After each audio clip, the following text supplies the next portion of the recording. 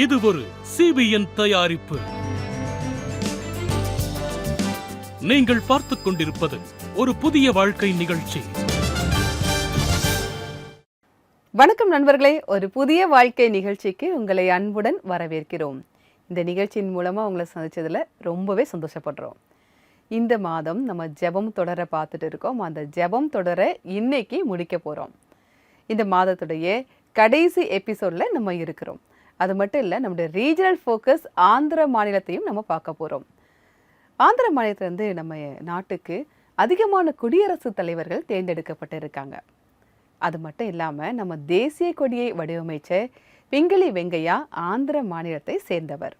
அது மட்டும் இல்லை, ஆந்திராவில் ஸ்பெஷல் உணவுலாம் ரொம்ப நல்லா இருக்கும்.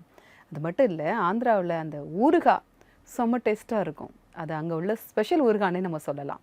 நீங்கள் டேஸ்ட் பண்ணியிருப்பீங்க. இல்லைனாலும் வாய்ப்பு கிடைக்கும்போது நீங்கள் ஆந்திர மாநிலத்திற்கு நீங்கள் போங்க, சுற்றுலாவிற்கெலாம் போய் பார்க்கும்போது இதெல்லாம் டேஸ்ட் பண்ணி பாருங்கள்.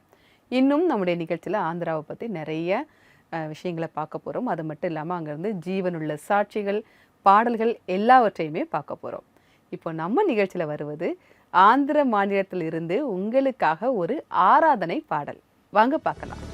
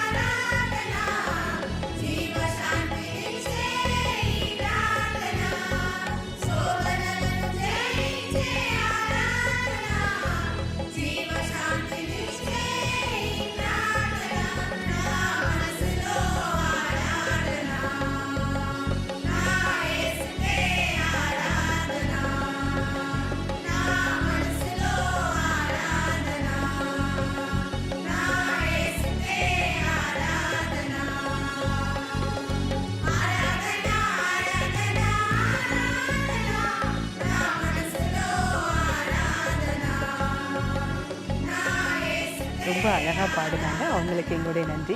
எனக்கு தெலுங்கு தெரியாது, ஆனாலும் இந்த பாட்டு வந்து ரொம்ப மெலடியாக, ரொம்ப பார்க்குறதுக்கும் கேட்குறதுக்கும் ரொம்ப இனிமையாக இருந்தது.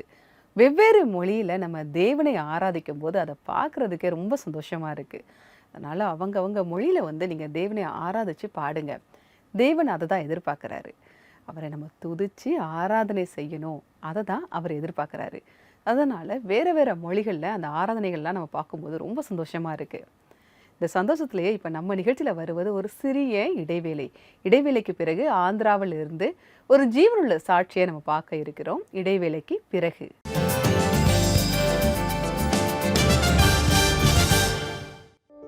ஒரு புதிய வாழ்வு பார்வையாளர்கள், இன்னைக்கு நீங்க புதிய வாழ்வு குடும்பத்துல இணையறதுக்காக உங்களை நாங்க வரவேற்கிறோம். நீங்க புதிய வாழ்வு நிகழ்ச்சியை டிவி மற்றும் டிஜிட்டல் தளம் மூலமா ஒவ்வொரு வீட்டுக்கும் எடுத்துக்கிட்டு போங்க. அப்படி நீங்க செய்யறதுக்காக ஒவ்வொரு மாதமும் நீங்க 50 ரூபாய் பங்களிப்பா தரலாம்.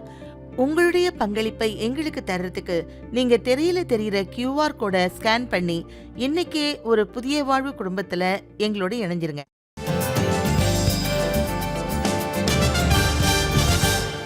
வெல்கம் பேக் நண்பர்களே. இன்னைக்கு நம்ம ஜெபம் சீரியஸோட கடைசி எபிசோட பார்த்துட்டு இருக்கோம். அது மட்டும் இல்லாமல் நம்முடைய ரீஜனல் ஸ்பெஷல் ஃபோக்கஸ் ஆந்திரா மாநிலத்தையும் பார்த்துட்டு இருக்கோம். ஆந்திரா மாநிலம் ரொம்ப அழகான மாநிலம். இங்கே நிறைய பீச்சஸ்லாம் இருக்குது.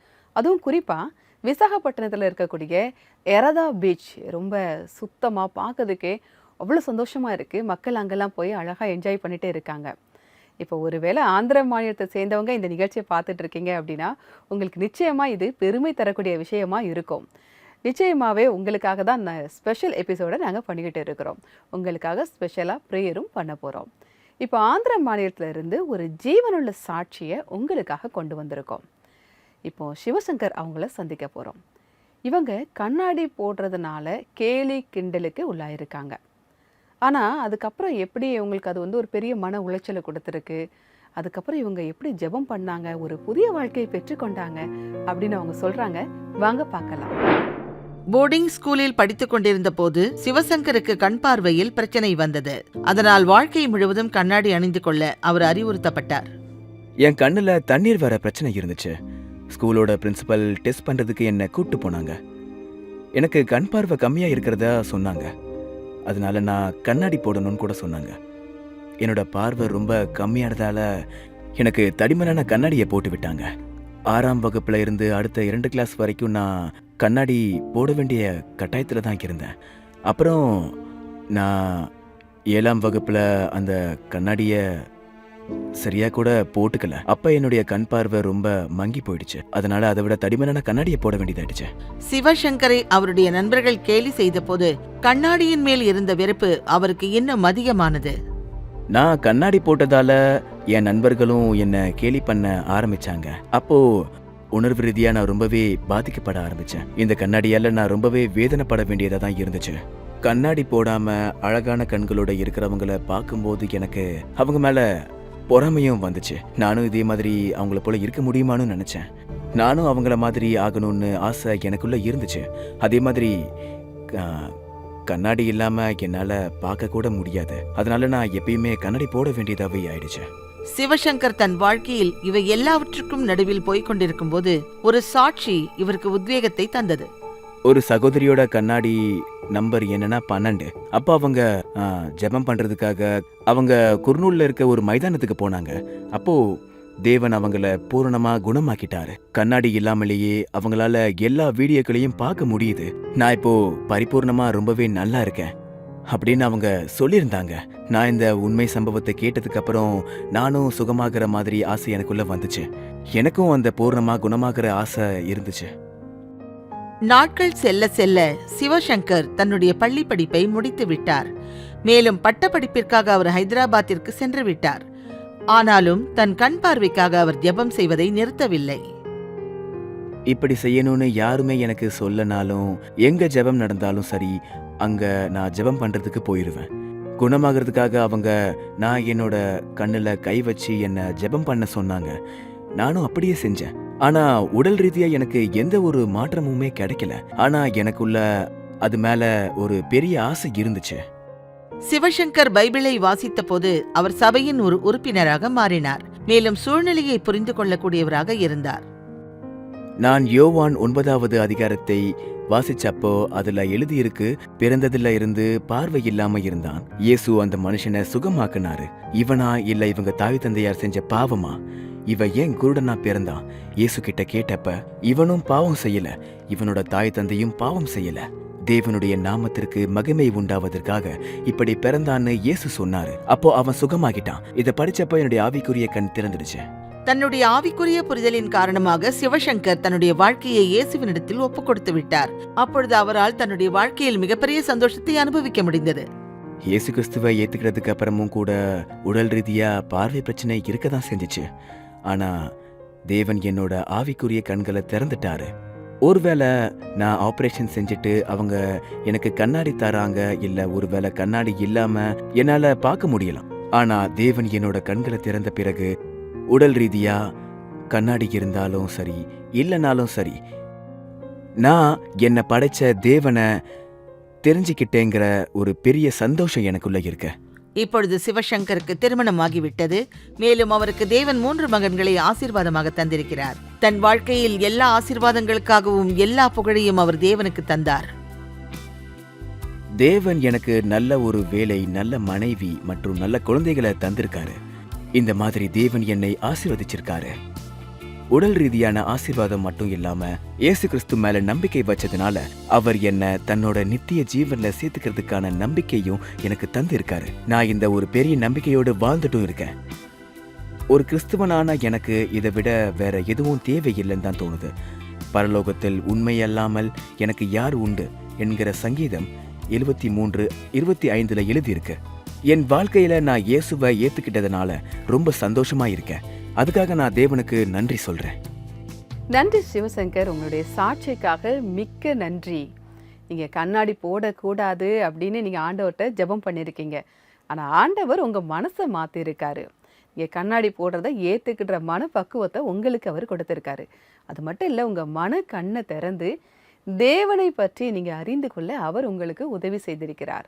இதை பார்க்கும்போது ரொம்பவே ஒரு உத்வேகமாக இருக்குது எங்களுக்கு. இதே மாதிரி பார்த்துட்ருக்க நீங்கள் உங்களுக்குமே இதே மாதிரி நிலைமையில இருக்கீங்களா? தேவன் உங்களுக்கு ஜெபத்தின் மூலமாக உதவி செய்ய வல்லவராக இருக்கிறார். நம்ம தொடர்ந்து ஜெபம் பண்ணணும் அப்படின்னு சொல்கிறோம். ஆனால் எப்பெல்லாம் நம்ம ஜெபம் பண்ணணும்னு சொல்கிறோமோ அப்போல்லாம் நம்ம கவனம் சதுறோம். அப்படி தானே? கரெக்டு தானே நான் சொல்கிறது? இப்போ நினைப்போம், காலையிலே நான் எழுந்திரிச்சு நான் ஜெபிக்கணும் அப்படின்னு முந்தின நாளே நீங்கள் பிளான்லாம் பண்ணி வச்சுருங்க. இனிமேல் நான் தொடர்ந்து ஜெபம் பண்ணுவேன் அப்படிலாம் நினைப்பீங்க. அப்போ தான் ஏதாவது ஒரு வேலை வரும், இல்லைன்னா ஃபோன் கால் வரும், இல்லைன்னா ஏதாவது சண்டை போட்டிருப்பீங்க. ஏதாவது ஒரு காரணம் வந்து உங்களால் ஜெபிக்க முடியாமல் போயிடும். அப்போது என்ன பண்ணுவீங்க? உங்களோட எண்ணங்கள் எல்லாமே மாறிடும். இந்த மாதிரி சின்ன சின்ன விஷயங்கள்லாம் நம்ம வாழ்க்கையில் நடக்க தான் செய்யுது, கவனம் சிதற தான் செய்யுது. இப்படி தான் ஒருத்தன் இருந்தான். அவன் என்ன பண்ணான் அப்படின்னா, நான் வந்து தொடர்ந்து ஜெபிக்கணும், நான் முடிவு பண்ணிட்டேன், இனிமேல் டெய்லி நான் காலை எழுந்துச்சி ஜெபிப்பேன் அப்படின்னு சொல்லிட்டு அலாரம்லாம் வச்சு அதிகாலையில் 5 மணிக்கெலாம் எழுந்திருச்சு ஆண்டவரே அப்படின்னு கூப்பிட்டான்.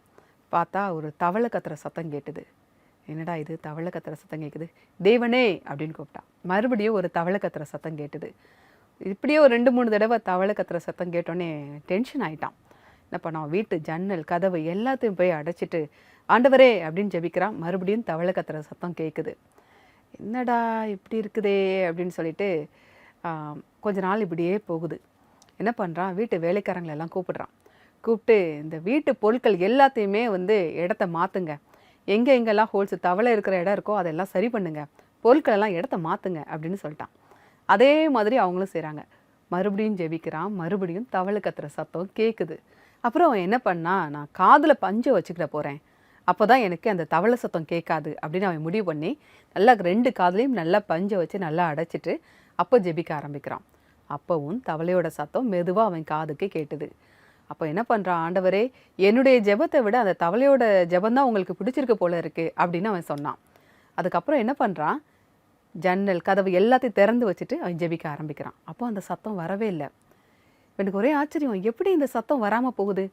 அப்புறம்தான் அவனுக்கு புரிஞ்சிருக்கு, அந்த தவளையோட சத்தம் அவங்கிட்ட இருந்து தான் வந்திருக்கு. நாமும் கூட இப்படி தான் இருக்கோம். நம்ம ஜெபிக்கும் போது நம்முடைய கவனம் வந்து அப்படி தான் நம்மளை வந்து சிதற வைக்குது. அந்த தவளை சத்தம் மாதிரி வெளியில் நம்ம எல்லாத்தையும் குறை சொல்லி தேடிக்கிட்டு இருக்கோம். ஆனால் அது உங்ககிட்ட தான் இருக்குது. நீங்கள் ஒழுக்கம் குறைவாக இருக்கக்கூடாது. உங்களுடைய கவனத்தை சிதற வைக்கிறதுக்கு பல தவளைகள் உங்கள் மனசில் இருக்குது. அதெல்லாம் தூர எடுத்து வச்சுட்டு வெறுமையாக ஆண்டவருக்கு மட்டும் முக்கியத்துவம் கொடுத்து நீங்கள் கவனமாக ஜெபிக்கும்போது இந்த மாதிரி உங்களுக்கு சிதறல்லாம் வராது, கவன சிதறல்லாம் வரவே வராது.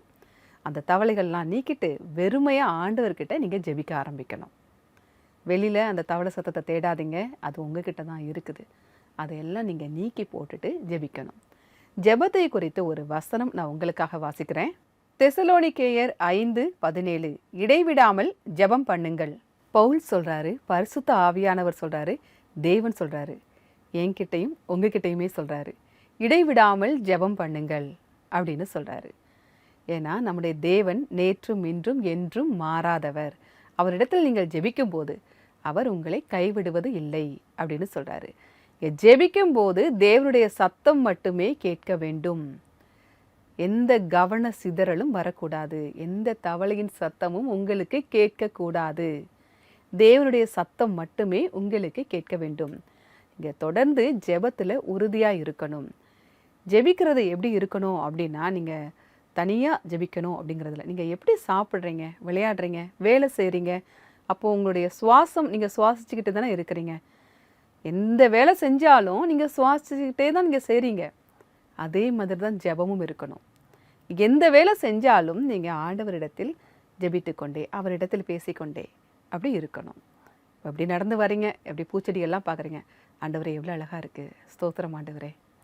யாரோ நடக்க முடியாதவரை பார்க்குறீங்க, ஆண்டவரே உங்களை ஆசிர்வதிங்க. யாரோ ஒரு வயசான அம்மா போகிறாங்க, ஆண்டவரே உங்களை ஆசிர்வதிங்க. அது மாதிரி நம்ம சுவாசம் மாதிரி நம்முடைய ஜெபம் இருக்க வேண்டும். தனிப்பட்ட முறையிலையும் நாம் ஜெபிக்க வேண்டும், முழங்கார் படிக்கிட்டும் நாம் ஜெபிக்க வேண்டும். ஜெபம் ரொம்ப அவசியம் அப்படின்னு பார்த்துட்ருக்கோம். ஒருவேளை உங்களுக்கு ஜெபிக்க தெரியல, ஜெப உதவி தேவைப்படுது அப்படின்னா நீங்கள் எங்களுடைய சிபிஎன் ப்ரேயர் லைனுக்கு கால் பண்ணலாம். எங்களுடைய நம்பர் 9940401010.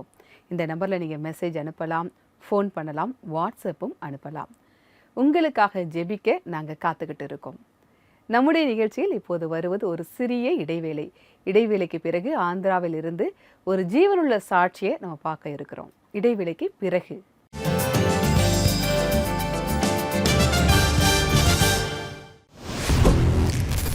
முதல்ல ஒரு விஷயம் சொல்லணும்னா, இந்த ஸ்டுடியோ ரொம்ப விசேஷமா, இங்க நிறைய இடங்கள் இருக்கு.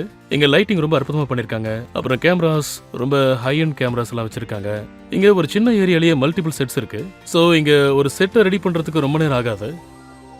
ஆனா இது எல்லாத்தையும் விட ரொம்ப அற்புதமான விஷயம் என்னன்னா, இங்க இருக்கிற சிபிஎன் டீம் தான் நம்மள ரொம்ப கம்ஃபர்டபுளா வச்சுப்பாங்க. இங்க இருக்கிற டீம் மெம்பர்ஸ் எல்லாருமே ரொம்ப எக்ஸ்பீரியன்ஸ் ஆனவங்க. அதனால இங்க டெல்லி, குர்கான்ல இருக்கிற டீமோட ஒர்க் பண்றது எனக்கு ரொம்பவே சந்தோஷமா இருக்கு.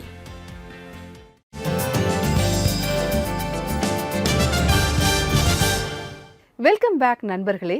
ஜெபத்தின் வல்லமையை பற்றி நீங்கள் இப்போ தெரிஞ்சிருப்பீங்க. நீங்கள் தொடர்ந்து ஜெபிக்கணும் அப்படின்னு முடிவு எடுத்திருப்பீங்க அப்படின்னு நாங்கள் நம்புகிறோம். இப்போ ஆந்திராவில் இருந்து பண்டிகல்லா பிரமோத் அவங்கள நம்ம சந்திக்க போகிறோம். இவங்களுடைய பையன் நோய்வாய்ப்பட்டு இருக்காங்க. மருத்துவர்கள் எல்லாருமே கைவிட்டுட்டாங்க. அந்த நிலைமையில் இவர் எப்படி ஜெபிச்சிருக்காரு, அதிலிருந்து எப்படி மீண்டு வந்திருக்காரு, ஒரு புதிய வாழ்க்கையை பெற்றுக்கொண்டாரு அப்படின்னு அவர் சொல்கிறாரு. வாங்க பார்க்கலாம். பண்டிகலா பிரமோத்தின் மூத்த மகன் தீவிரமான இருமல் பிரச்சனையில் கஷ்டப்பட்டு கொண்டிருந்த போது அவர் அவனை டாக்டரிடத்தில் அழைத்து போனார். டாக்டர் அவரிடத்தில் சொன்ன விஷயத்தை கேட்டு அவர் மிகுந்த அதிர்ச்சி அடைந்தார். அவனோட நுரையீரல் 5% வரைக்கும் மோசமாயிட்டதா டாக்டருங்க சொன்னாங்க. அது பைரோசிஸ்னு இருக்கிறதா சொன்னாங்க. அதாவது அதுக்கு மருந்தே கிடையாதான். இந்த ஃபைப்ரோசிஸ் பரவும், அது சரியே ஆகாது. ஆனால் அதை முதல்லயே தடுத்து நிறுத்தலான்னு அவங்க சொன்னாங்க.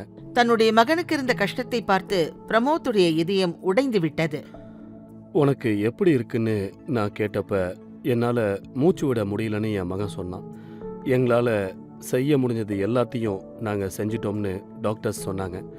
நாங்கள் இருக்கிறதுலையே நல்ல மருந்து தான் கொடுத்துருக்கோம், நல்ல மருத்துவம் தான் நாங்கள் பார்த்துருக்கோம். இது எங்கள் கண்ட்ரோலுக்கு வெளியே இருக்கு. இப்போ தேவன் தான் ஏதாவது ஒரு அற்புதத்தை செய்யணும்னு சொன்னாங்க.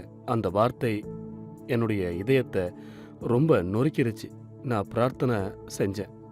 அதை மட்டும்தான் என்னால் செய்ய முடிஞ்சது. இந்த சூழ்நிலையில் பிரமோத்திற்கு சரியாக தெரிந்த விஷயங்களை அவர் செய்தார். நான் என்னுடைய மகனை ரொம்ப நேசிக்கிறேன். அவனுக்காக நீங்கள் என்ன செய்ய சொன்னாலும் நான் செய்யறதுக்கு தயாராக இருக்கேன். தினமும் காலையில் சர்ச்சில் இந்த ஜெபத்தை தான் செய்வேன். நான் ஆண்டவர்கிட்ட இந்த வார்த்தைகளை சொன்னேன். என் கண்களில் இருந்து கண்ணீர் ஓடிக்கிட்டே இருந்துச்சு. எனக்கு ஜெபத்தை பற்றியும் நிறைய தெரியாது. ஆனால் என் மன வேதனையை தேவன் கேட்டாரு. பிரமோத் தன் மகனின் ஆரோக்கியத்தில் கொஞ்சம் கொஞ்சமாக மாற்றத்தை பார்த்தபோது அவருக்கு அவருடைய நம்பிக்கைக்கான பலன் கிடைக்கத் தொடங்கியது. மன நம்பிக்கையோட நான் தினமும் வந்து ஜெபம் செஞ்சுக்கிட்டே இருந்தேன். சீக்கிரமே என் மகனுடைய உடல்நிலையில் நல்ல மாற்றம் வரதை நான் பார்த்தேன். இதுக்கு முன்னாடி அவன் கண்ணுக்கு கீழே கருப்பு வளையம் இருக்கும். பார்க்குறப்பவே ரொம்ப நோயாளி மாதிரி தெரியும். ஆண்டவர் அவனை சீக்கிரமாவா இல்லை கொஞ்சம் கொஞ்சமாக சுகமாக்குவாரான்னு எங்களுக்கு தெரியாது. ஆனால் ஒரு வாரத்துக்குள்ளேயே என் மகனுக்கு ஒரு பெரிய மாற்றம் வரதை நாங்கள் பார்த்தோம். அது கொஞ்சம் ஆறுதலாக இருந்துச்சு, சந்தோஷமாகவும் இருந்துச்சு, நம்பிக்கையும் வந்துச்சு. தன் மகனோடு வாழ்க்கையில் இயேசு செய்கிற காரியத்தை பார்த்தபோது பிரமோத் மீண்டும் ஒரு முறை தன் வாழ்க்கையை இயேசுவுக்கு ஒப்பு கொடுத்தார். ஆண்டவருடைய வழி நடத்துதலின் மூலமா அவர் எனக்கு ஆதரவும் நிம்மதியும் தந்தாரு. ஆண்டவர் எல்லாத்தையுமே எனக்கு ரொம்ப தெளிவா காமிச்சாரு. நான் தேவனை விட்டு தூரமா இருந்தப்பவே அவர் இந்த அளவுக்கு என்ன ஆசீர்வதிச்சிருக்காரு. நான் என்ன மறுபடியும் அர்ப்பணிச்சப்ப என்னுடைய வேலையை நான் விட்டுட்டா இன்னும் நல்லா இருக்கும்னு எனக்கு தோணுச்சு. அவர் எனக்குள்ள ஒரு நம்பிக்கையை கொண்டு வந்தாரு. அவருடைய மகனின் இந்த அனுபவம் பிரமோத்திற்கு ஒவ்வொரு தடவையும் இயேசுவினிடத்தில் தன்னை அர்ப்பணிக்க அவர் மேல் நம்பிக்கை வைக்க கற்றுத்தந்தது. ரோமர் 11:36 எழுதியிருக்கு, சகலமும் அவராலும் அவர் மூலமாயும் அவருக்காகவும் இருக்கிறது. அது நம்மை தொடர்ந்து வாசிக்கிறப்ப, நீங்கள் இந்த பிரபஞ்சத்திற்கு ஒத்த வேஷம் தெரியாமல் தேவனுடைய நன்மையும் பிரியமும் பரிபூர்ணமுமான சித்தம் இன்னதென்று பகுத்தறியத்தக்கதாக உங்கள் மனம் புதிதாகிறதினாலே மறுரூபமாகுங்கள், உங்களை நீங்கள் தேவனிடம் ஒப்புக்கொடுங்கள்னு எழுதியிருக்கு. இந்த சம்பவம் நடந்து கிட்டத்தட்ட 10 வருடங்கள் ஆகிவிட்டது. பிரமோத்துடைய மகன் ஜெவின்பால் இப்பொழுது ஆரோக்கியமான வாழ்க்கையை வாழ்கிறார். முதல்ல அவன் ஒவ்வொரு நாளும் ஸ்டெராய்டு மூலமா வாழ்ந்துகிட்டு இருந்தான். தினமும் அவன் 4 ஸ்டெராய்டு, சுவாசிக்கிற மெஷின், அப்புறம் மாத்திரைகள் எடுத்துக்கிட்டு இருந்தான். எவ்வளவு இருந்தாலும் கூட அவன் ரொம்ப கஷ்டப்பட்டுக்கிட்டு தான் இருந்தான். அதுக்கப்புறம் எல்லா மருந்துகளையும் நாங்கள் சுத்தமாக நிறுத்திட்டோம். இப்போ அவனுக்கு 16 வயசு ஆகுது. இப்போ அவன் நல்ல ஆரோக்கியமாக இருக்கான். ஆரோக்கிய ரீதியாக எந்த ஒரு பிரச்சனையும் அவனுக்கு இல்லை. இப்போ அவன் எந்த மாத்திரையும் எடுத்துக்கிறது இல்லை. இப்போ பார்த்தீங்கன்னா அவனுக்கு இருமலோ வேற எந்த பிரச்சனையும் வரதில்லை. இன்றைக்கு பிரமோத் ஒரு சர்ச்சின் பாஸ்டராக இருக்கிறார். மேலும் அனைவரும் ஜெபம் செய்யவும் இயேசுவுக்கு தன்னை அர்ப்பணிக்கவும் ஊக்கப்படுத்துகிறார். பரிசுத்த ஆவியானவர் மூலமா நீங்க நடப்பீங்கன்னா இந்த மாதிரி நேரத்திலையும் கூட உங்களுக்கு வல்லமை கிடைக்கும்.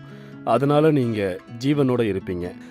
என்னைய சுகமாக்குங்கன்னு மட்டும் ஜெபம் பண்ணாம, இப்படி செஞ்சாலும் சரி அப்படி செஞ்சாலும் சரி, நாம நம்ம வாழ்க்கைய இயேசுகிட்ட அர்ப்பணிக்கிறது ரொம்ப முக்கியம். ஆண்டவரே, நான் என் வாழ்க்கையை உங்ககிட்ட அர்ப்பணிக்கிறேன்னு சொல்லணும். தேவன் அற்புதமா வழி நடத்துறாரு. நாம எங்க போனாலும் சரி, நாங்க அவரை பற்றி பேசுவதற்கான கௌரவத்தை நமக்கு தருவாரு. அது மட்டும் இல்லாம நம்ம வாழ்க்கையில பெரிய பெரிய காரியங்களை அவர் செய்வாரு. நன்றி பிரமோத் சார், உங்களுடைய சாட்சியை நீங்கள் எங்களோட பகிர்ந்துக்கிட்டீங்க.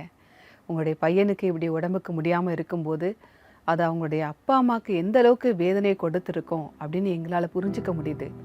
ஆனால் தேவன் உங்களுக்கு உதவி செஞ்சுருக்காரு, அவருடைய வல்லமையை உங்ககிட்ட காட்டியிருக்காரு. அதற்காக நாங்கள் அவருக்கு நன்றி சொல்கிறோம். இன்னைக்கு பார்த்துட்டு இருக்க உங்களுக்குமே ஜெபத்தின் வல்லமை நன்றாக புரிந்திருக்கும் அப்படின்னு நாங்கள் நம்புகிறோம். நம்ம எந்த நேரத்திலுமே எந்த சூழ்நிலையாக இருந்தாலும் நம்ம தேவனை நோக்கி ஜெபிக்கும் போது அவர் நமக்கு பலன் தருகிறார். அவர் நம்மை விட்டு விலகுவதும் இல்லை, நம்மை கைவிடுவதும் இல்லை. இதை தான் நம்ம பிரமோத் சாருடைய வாழ்க்கையிலே நம்ம பார்த்தோம். நீங்களும் அப்படி இருக்கிறீங்களா? நம்ம ஜெபிக்க போகிறோம். இப்போது உங்களுடைய வேலையில், உங்களுடைய குடும்ப உறவில், உங்களுடைய உடல்நிலையில் எல்லாவற்றிற்காகவும் நம்ம இப்போ ஜெபிக்க போகிறோம். நம்ம ஜெபிக்கும்போது நமக்கு பதில் தருகிறவராகவே நம்முடைய ஆண்டவர் இருக்கிறார். ஜெபத்திற்கு அந்த வல்லமை உண்டு. இப்போ நான் ஜெபிக்கிறேன், நீங்கள் என் கூட சேர்ந்து ஜெபிக்கலாம். ஆண்டவரே, உங்களுக்கு நன்றி சொல்கிறோம். ஆண்டவரே, இந்த மாதம் முழுவதும் எங்கள் வாழ்க்கையில் நீங்கள் எப்படி செயல்பட்டீங்க, அவங்க வாழ்க்கை எப்படி மாறுச்சு, நிறைய நாங்கள் ஜீவனுள்ள சாட்சிகள் மூலமாக பார்த்தோம் கர்த்தாவே. இப்போதும் இந்த நிகழ்ச்சியை பார்த்துட்டு இருக்க எல்லாருக்காகவும் ஜெபம் பண்ணுறோம் கர்த்தாவே. அவங்களுடைய வாழ்க்கையில் எல்லா சூழ்நிலையும் உங்களுக்கு ஜெபத்துக்கும் முக்கியத்துவம் தர நீங்கள் உதவி செய்யுங்க கர்த்தாவே. அவங்களுடைய வாழ்க்கையில் அற்புதத்தை செய்யுங்க ஆண்டவரே. அவங்க அறிவுக்கு எட்டாத காரியங்களை நீங்கள் செய்யுங்க ஆண்டவரே. நீங்கள் பைபிளில் சொல்லியிருக்கீங்க. இப்போது இந்த நிகழ்ச்சியை பார்த்துட்ருக்க எல்லாருக்காகவும் அவங்களுடைய வாழ்க்கையில் நீங்கள் ஒரு அற்புதத்தை நீங்கள் செய்யுங்க ஆண்டவரே. நீங்கள் உண்மையுள்ள ஜீவனுள்ள எங்கள் ஜெபத்தை கேட்டு எங்களுக்கு பதில் தர தேவனாக இருக்கீங்கப்பா. இந்த விசுவாச நம்பிக்கையோட இந்த ஜெபத்தை ஆண்டவர் இயேசுவின் நாமத்தினாலே சேரும். ஆமேன், ஆமேன்.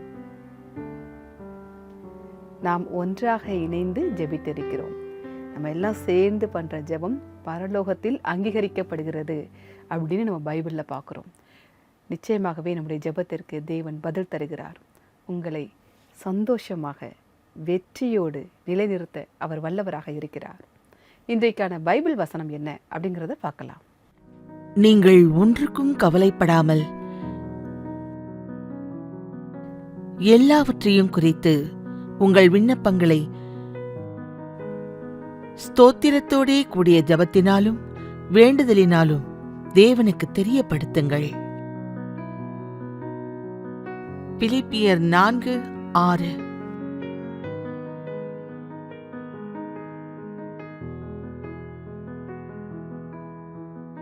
நம்ம ரொம்ப கஷ்டத்துல இருக்கும்போது, கவலைப்படும்போது, வருத்தப்படும்போது நம்ம ஜெபத்துல அதை நம்ம வைக்கணும். உங்களுக்கு எந்த வேண்டுதல் இருந்தாலும், எந்த விண்ணப்பங்கள் இருந்தாலும் நீங்க ஜெபத்துல ஸ்தோத்திரத்தோடே அதை நாம் ஆண்டவருக்கு தெரியப்படுத்த வேண்டும். இதுதான் அந்த வசனம் நமக்கு சொல்லிக் கொடுக்குது. அப்படி நீங்க உங்களுக்கு என்ன நடந்தாலும் நீங்க நன்றி சொல்லும்போது, ஒரு தேவ சமாதானம் உங்களை நிரப்பிக்கொள்ளும். இதை நீங்க ப்ராக்டிக்கலா நீங்க செஞ்சு பாருங்க. ஜெபிக்கும்போது உங்களுக்கு என்ன நடந்தாலும் நீங்க ஆண்டவருக்கு நன்றி சொல்லுங்க. அப்போ அந்த தேவ சமாதானத்தை நிச்சயமா உங்களால ஃபீல் பண்ண முடியும். இந்த மாதம் முழுவதும் நம்ம ஜெபம் தொடர பார்த்தோம். இன்னைக்கு தான் கடைசி எபிசோடு. இன்னைக்கு இந்த ஜெபம் தொடர நம்ம முடிக்கிறோம். ஆனால் நீங்கள் உங்கள் மனசில் தொடர்ந்து ஜெபம் செய்து கொண்டே இருங்க. அதை விட்டுறாதீங்க. அந்த விடாமல் உறுதியாக உங்கள் ஜெபத்தில் இருந்தீங்கன்னா உங்கள் துக்கம் சந்தோஷமாக மாறும். உங்களுடைய காரியங்களில் எல்லாம் வெற்றி கிடைக்கும். ஒரு தேவ சமாதானம் உங்களை நிறைத்து கொள்ளும். இந்த நிகழ்ச்சியோட நிறைவு பகுதிக்கு நம்ம வந்துட்டோம். இந்த நிகழ்ச்சி உங்களுக்கு ஆசீர்வாதமாக இருந்திருக்கும் அப்படின்னு நாங்கள் கர்த்தருக்குள்ள விசுவாசிக்கிறோம். நாளைக்கு ஆகஸ்ட் மாதம், புதிய மாதம், புதிய தலைப்பு. நம்ம தனிமை அப்படிங்கிற தலைப்பில் தான் ஆகஸ்ட் மாதம் முழுவதும் தொடர்ந்து தியானிக்க இருக்கிறோம். நான் வேறொரு எபிசோடில் உங்களை சந்திக்கிறேன். அதுவரை கர்த்தருடைய கிருபை உங்கள் அனைவரோடும் கூட இருப்பதாக. God bless you.